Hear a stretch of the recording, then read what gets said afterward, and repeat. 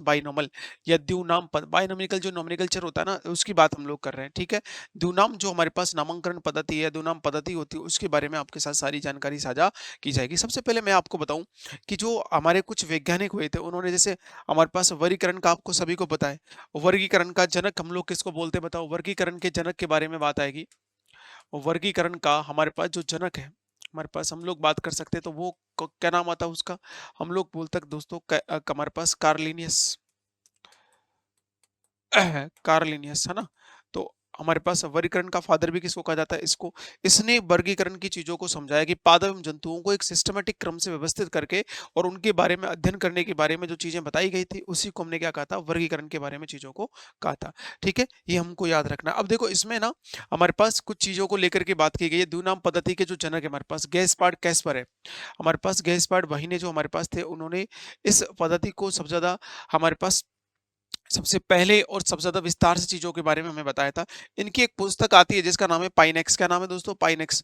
हमारे पास सर्वप्रथम द्विनाम पद्धति के रूप से यह हमारे पास प्रस्तुत की गई थी। यह पद्धति कुछ समय तक प्रयोग में ली गई और हमारे पास रिविनस ने कुछ हद तक हमारे पास प्रयोग भी किए, तो जन जन तक पहुंचाने के लिए, अत्यंत लोकप्रिय बनाने के लिए हमारे पास सब देखो स्टार्टिंग में जो किया था ना, वो तो हमारे पास करने वाले हमारे पास कौन थे, गैस्पर्ड, जो हमारे पास गैस्पर्ड बॉयन है। बट लास्ट तक अगर लोगों तक पहुंचाना है, मतलब उसको जन जन तक पहुंचाना है, लोकप्रिय बनाने के लिए वर्गीकरण को, उसमें योगदान किसका है, कैरोलस लीनियस का। और जो चलता है वही बिकता है, वो वाली चीज होती है। तो यहाँ पर हम लोग जब बात करेंगे तो कैरोलस जो लीनियस है मेरे पास, वही साइंटिस्ट थे जिन्होंने, मैंने आपको नाम लिखा था, इसको कैरोलस लीनियस लिख लो या हमारे पास कार्ल लीनियस लिख लो। हमारे पास हम लोग बात करेंगे कैरोलस लीनियस, कैरोलस लीनियस, ठीक है। हमारे पास हम बात करेंगे हाँ इस तरीके से, कैरोलस लीनियस, ठीक है। ये दो साइंटिस्ट थे, सॉरी ये जो साइंटिस्ट है ना, दोनों का एक ही नाम है, अलग अलग नहीं है। इन्होंने हमारे पास द्विनाम पद्धति का सबसे ज्यादा लोकप्रिय बनाने के लिए हमारे पास इसने दायित्व लिया। देखो उसमें देखिएगा, द्विनाम पद्धति में हमारे पास कहने से पादप और जंतु, द्विनाम में देखो मैंने आपको कल भी कहा था, जब बात अगर दो जगत की आती है, दो जगत की अगर मैं बात करता हूं, तो दो जगत के अंतर्गत हम देख सकते हैं, यहाँ पर हमारे पास एक होते हैं दोस्तों पादप, और एक मेरे पास कौन से होते हैं, जंतु। पादपों में हमारे पास इन दोनों को, पादप जगत और जंतु जगत, पादप जगत और जंतु जगत के अंतर्गत दोनों चीजों को विस्तार से हमारे पास क्या किया, यहाँ पर जमाया और चीजों को उसी हिसाब से हमारे पास कंटिन्यू किया। और इन पादपों और जंतुओं को पहले हमारे पास किसी ने भी कवक के बारे में, किसी ने भी बैक्टीरिया के बारे में ऐसी कोई चीज यहाँ पर डिस्कस नहीं करी। सबसे पहले हमारे पास किसको व्यवस्थित किया गया, पादप और जंतुओं को किया गया, इसीलिए उसका नाम हमने द्विजगत पद्धति या द्विनाम पद्धति के नाम से उसको हम लोगों ने जाना। इसके अनुसार हमारे पास जातियों का नाम दो शब्दों में रखा जाता है। पहला हमारे पास वंशीय संकेत है और दूसरा हमारे पास स्पीसी। पहला देखो मेरे पास किसके आधार पर देता है, इन जातियों के, इनकी जातियों का जो नाम है हमारे पास, इनका नाम हमारे पास दो आधार पर, इनका नाम हमारे पास, इसके नाम हमारे पास दो आधार पर रखे गए। दो आधार पर, पहला वाला जो मेरे पास आधार रखा गया, इनका नाम हमारे पास दो आधार पर रखा गया। और दो आधारों में हम बात कर सकते हैं। पहला मेरे पास कौन सा था, पहला मेरे पास आता है दोस्तों वंश, पहला मेरे पास आता है वंश, ठीक है। दूसरा मेरे पास क्या आता है, जाति। पहला आता है मेरे पास वंश और दूसरा मेरे पास क्या आता है, जाति। इसका हम लोग यहाँ पर देख सकते हैं। और इस प्रकार से एक तो वंश है, एक हमारे पास क्या, स्पीसीज, स्पीसीज को हम बोलते हैं जाति। इसने कहा वंश का प्रथम अक्षर क्या होता है, मेरे पास बड़ा होता है ना, पहला जो लेटर होता है बड़ा। दूसरा जाति का हमारे पास दूसरा नाम कार्लिनियस के अनुसार छोटे अक्षर में लिखा जाता है। इसमें जो वंश का लेटर है मेरे पास, इसका जो अक्षर है इसका बड़ा लिखा जाता है। उसके बाद हमारे पास इसका जो लेटर है वो कैसा लिखा जाता है, छोटा। एग्जाम्पल आएगा अभी यहाँ पर, ठीक है, ये याद रखना। उसके बाद हमारे पास इसमें द्विनाम पद्धति के नामांकन के अनुसार पौधों की प्रत्येक जाति दो शब्दों से मिलकर बनती है, जिसमें पिटूनिया एल्वा है। पिटूनिया एल्वा की बात करेंगे तो पिटूनिया में देखो हमारे पास वो पहला कौन सा है, वंश, और एल्वा क्या है, इसकी जाति। पिटूनिया एल्वा में हम लोगों ने एग्जाम्पल लिया हुआ है एक, ठीक है, चलो मैं समझाता हूँ। जिसमें पादप, दूसरा शब्द हमारे पास एल्वा वंश की हमारे पास वंश की जाति के विशेष को इंगित करता है। पौधे के नाम पर ये दूसरा जाति विशेषक हमारे पास क्या होता है, अच्छी पद्धति के नाम से हम लोग जानते हैं। देखो पिटूनिया जो एग्जाम्पल दे रखा है यहाँ पर, पिटूनिया हमारे पास क्या नाम है इसका, पिटूनिया एल्वा। हम लोग देख सकते हैं पिटूनिया एल्वा है। और इसमें पिटूनिया जो एल्वा है, ये मेरे पास कौन सा है दोस्तों, इसकी मैं बात करूंगा तो ये मेरे पास क्या है, वंश। और ये मेरे पास कौन सा है, हमारे पास जाति। ये वंश है और ये मेरे पास कौन सा हो जाएगा, जाति हो जाएगा ना। दोनों को लेकर के हम बात करेंगे। एक पिटूनिया है जिसको लेकर के बात करें, एक मेरे पास कौन सी है, जाति। तो ये है इसका जो पिटूनिया का लेटर हमारे पास कौन सा हो जाएगा, पी। इसका हमारे पास क्या लिख लेंगे, एल। तो मत एल्वा, एल हमारे पास ए, स्मॉल ए, तो पी ए हमारे पास ऐसे करके इसकी जाति का नाम यहाँ पर लिख दिया जाएगा और चीजों को यहाँ पर हम समझ लेंगे। एक मेरे पास कौन सा भाग आ जाएगा, मेरे पास पी और ए हमारे पास आ जाएगा, ठीक है। इस प्रकार की वर्गीकरण हमारे पास यहाँ पर आता है। देखो इस पद्धति का हमारे को क्या प्रॉफिट है, द्विनाम पद्धति में पादप और जंतुओं को लिखते हैं, साथ के साथ हम लोग जाति को और वंश को वंश और जाति को लेते हैं, जिसमें पहला लेटर वंश का होता है, दूसरा लेटर हमारे पास जाति का होता है, ठीक है। वंश वाले लेटर को कैपिटल में लिखा जाता है, जाति वाले लेटर को स्मॉल में लिखा जाता है। ये चीज़ समझ में आ रही है? अब इस पद्धति के देखो मैं देखता हूँ हमारे पास प्रॉफिट क्या है। सबसे पहला प्रॉफिट है ये नाम के छोटे हम सुस्पष्ट होते हैं। ये नाम से हमारे पास कैसे होते हैं? छोटे हम सुस्पष्ट होते हैं। सारे संसार में हमारे पास लैटिन भाषा में लिखित ये नाम पहचाने जा सकते हैं। बहुत छोटे होते हैं, एकदम स्पष्ट होते हैं। पूरे संसार में हमारे पास इनको लैटिन भाषा के नाम से भी जाना जाता है। अलग-अलग विभिन्न जातियाँ एक ही वंश की होती हैं, ये ज्ञात होता है। हमारे पास प्राचीन काल लंबे-लंबे विभिन्न नामों के हमारे पास अपेक्षा ये सरल है। प्राचीन काल में देखो जो भी प्लांट हुआ करते थे, उनके नाम बहुत लंबे-लंबे होते थे, उनकी तुलना में तो ये बहुत सरल है। कभी-कभी स्पीशीज़ से जाति की विशेषता का भी ज्ञान हो जाता है। हमारे पास हमने ये भी कहा कभी-कभी जो है ना स्पीशीज़ से बिल्कुल, जो हमारे पास इसकी पर्टिकुलर विशेषता का नाम हमारे पास हमें देखने को मिलता है। जैसे पिटूनिया अल्वा है, तो इसमें पिटूनिया हमारे पास क्या है दोस्तों, जो रंग है वो कैसा होता है? श्वेत होता है। सिंपल सी बात होती है यहाँ पर, इसलिए हमारे पास इसके नाम बहुत सरल होते हैं, सुस्पष्ट होते हैं, आसानी से इनको बोला जा सकता है, सारी चीज़ें आसानी से की जा सकती है। अब देखो अंतर्राष्ट्रीय रूप से इनको हमारे पास इनका जो नोमेनक्लेचर किया गया है, उसका हमारे पास देखो आईसीबीएन, ये हमारे पास होता है ना आईसीबीएन।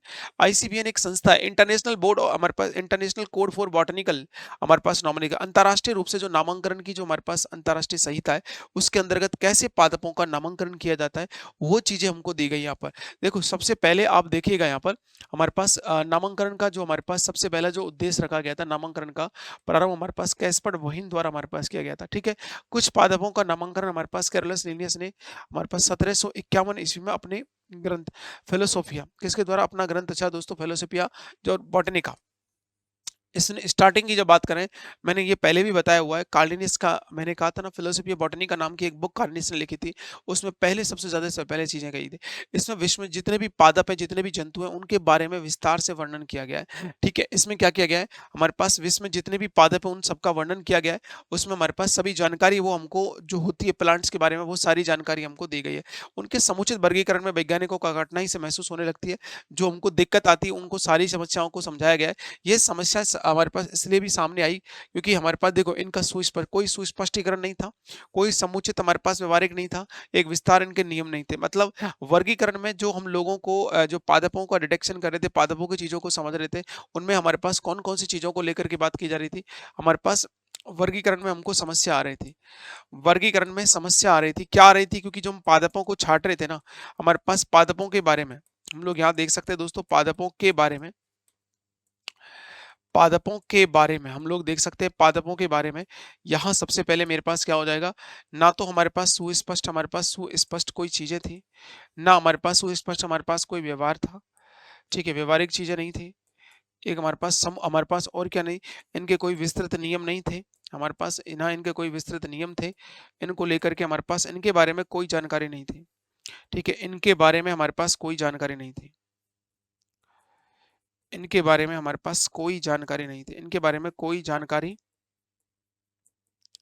इनके बारे में कोई जानकारी हमारे पास नहीं थी ठीक है इनके बारे में कोई जानकारी हमको नहीं थी ये सिस्टम हमको देखना है जिनको लेकर के हम बात करें ये समस्या होने के कारण हमारे कैलोनियस ने सामने ये सारी समस्याओं को दूर किया इन कमियों को दूर करने के लिए अंतर्राष्ट्रीय रूप से एक पद्धति विकसित की गई ठीक है हमारे वर्गीकरण में दिक्कत आ रही तो इंटरनेशनल लेवल पे एक अंतर्राष्ट्रीय स्तर पर एक हमारे पास एक पद्धति को विकसित किया गया और उसी के आधार पर हम लोगों ने ना विचार करके अंतर्राष्ट्रीय रूप से इस पद्धति का नाम लिया और हमारे पास 1813 में अगस्टीन एलिमेंट्री डी हमारे पास बॉटनिक जो हमारे पास नामक एक अपने ग्रंथ में नामांकन के कुछ सिद्धांत प्रतिपादित कर दिए और उसी के आधार पर आगे हमारे पास एक-एक करके वर्गीकरण भी किया गया है। ठीक है? तो ये हमारे आईसीबीएन की कहानी है।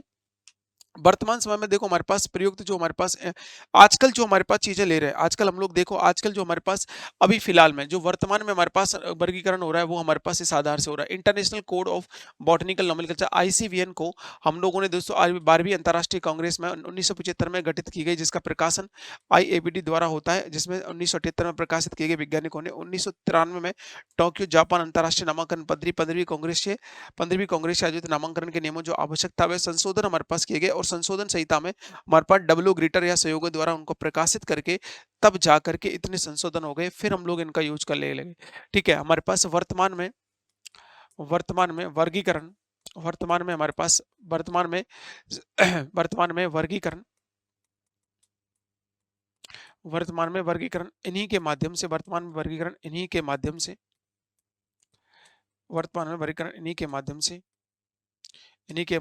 या इन्हीं के तरीकों से इन्हीं के तरीकों से होता है। ठीक है, इन्हीं के माध्यम से, इन्हीं के तरीकों से हमारे पास यहाँ पर होता है। समझ में आ गई बात? तो जो भी हमारे पास चीज़ें दी गई हैं, जिसके आधार पर हम चीज़ों को समझ रहे हैं कि इस प्रकार से हमारे पास कंटीन्यूअस हम लोगों को चीज़ों को देखना है। ठीक है, इसमें देखो हमारे पास 1978 में क्या-क्या चीज़ों को लागू किया गया। एक तो प्रिंसिपल हमारे पास क्या सिद्धांत आपने रखा है उसको वर्गीकरण करने का, एक हमारे पास क्या उसके रूल हैं, क्या उसके नियम हैं, एक दोस्तों सुझाव दे रखा है, रिकमेंडेशन दे रखा है सुझाव मतलब क्या हमको सुझाव हम उसमें दिए जो हम लोग देख सकते हैं कि हमारे पास कौन-सा रिकमेंडेशन है जिन चीज़ों को हम लोग यहाँ पर समझते हैं, क्या प्रिंसिपल्स हैं, क्या रूल्स हैं, क्या सुझाव है, क्या रिकमेंडेशन थे, उनके आधार पर हमारे पास चीज़ों को यहाँ पर देखा गया। अब देखो सिद्धांत में देखिएगा आप लोग, हमारे पास यहाँ पर जो रूल नंबर फर्स्ट है, यहाँ पर देखा गया 12वीं अंतर्राष्ट्रीय वानस्पतिक डी हमारे पास कैंडल द्वारा कुछ उल्लेख किया गया। आज विश्व के सभी वैज्ञानिक पादप नामांकन की अंतर्राष्ट्रीय संहिता का उपयोग करते हैं। ये अंग्रेजी में भी है, फ्रेंच में भी है, जर्मनी में। अलग-अलग वैज्ञानिकों ने अलग-अलग सिद्धांत दिए और उनके अंतर्गत उसको अलग-अलग भाषाओं में हमारे पास यूज़ किया गया। हमारे पास अलग-अलग वैज्ञानिकों के द्वारा अलग-अलग साइंटिस्ट जो हमारे पास थे ना सभी ने साइंटिस्टों के द्वारा हमारे पास के द्वारा अलग-अलग सिद्धांत दिए गए। साइंटिस्टों के द्वारा अलग-अलग सिद्धांत दिए गए। ठीक है, अलग-अलग सिद्धांत दिए गए जिसमें जिनको